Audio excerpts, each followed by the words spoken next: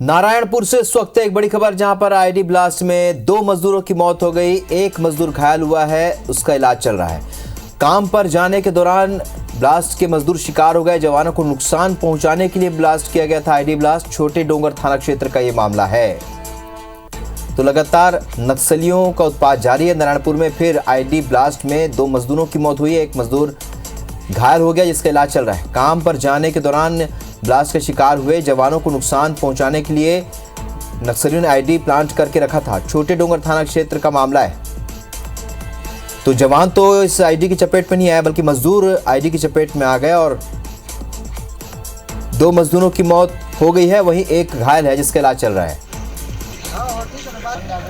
तो बीते चुनाव के दौरान भी कुछ इसी तरीके से आईडी बरामद किए थे फोर्स ने और उसके बाद उसे डिफ्यूज भी किया था।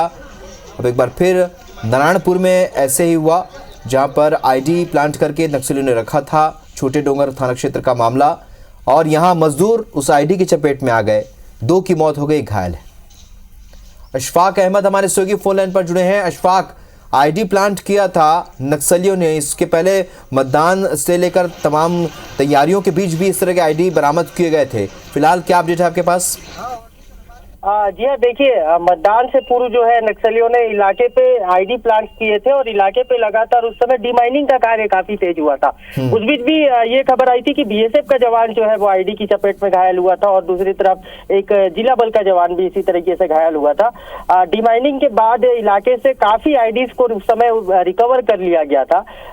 ये जो मामला है ये छोटे डोंगर इलाके का मामला है, अमदई माइंस का, जिसका विरोध जो है काफी लंबे समय से माओवादी करते आ रहे हैं और इलाके में जो ग्रामीण जो है अलग अलग इलाकों पर धरने पर बैठे हुए हैं उसी माइंस के खिलाफ में।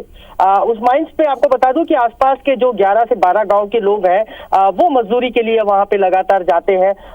सुबह की डेली की रूटीन रहती है कि मजदूर जो है जंगल के रास्ते और सड़क के रास्ते वहां पे लगातार जाते हैं और इस बीच सुरक्षा बलों की सुरक्षा भी उनको दी जाती है। माइनिंग को लेकर के जवान जो है इलाके पे तैनात रहते हैं, डीआरजी, जिला बल और सीएफ के जवान। तो ये अंदाजा लगाया जा सकता है कि जो आईडीज जो प्लांट किया था माओवादियों ने, ये जवानों को नुकसान पहुंचाने के लिए ऑलमोस्ट किया होगा, जिसकी चपेट में ये लोग आ गए। ये जो 3 मजदूर थे ये राजपुर के थे, जो माइनिंग एरिया के 3 किलोमीटर दूर गांव का है और वो वहां से वो पैदल आ रहे थे मजदूरी के लिए। 3 लोग थे जिसमें तीनों उस में से एक जवान का एक ग्रामीण का पैर जो है वो आईडी की चपेट में आया और तीनों घायल हुए।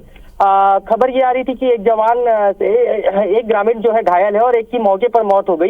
तो घायल जो ग्रामीण है वो तो इसका इलाज जारी है, लेकिन तीसरा जो था उसका बॉडी नहीं मिल पा रहा था, वो अज्ञात वहां से गायब था। थोड़ी देर बाद जब सर्चिंग किया गई तो उसकी भी बॉडी मिल गई। तो पूरे मामले में फिलहाल 2 ग्रामीणों की मौत हुई है और एक ग्रामीण जो है वो घायल है। चलिए, तो कुल मिलाकर जो उत्पात लगातार जारी है नक्सलियों का, इस जानकारी के लिए बहुत शुक्रिया अशफाक आपका।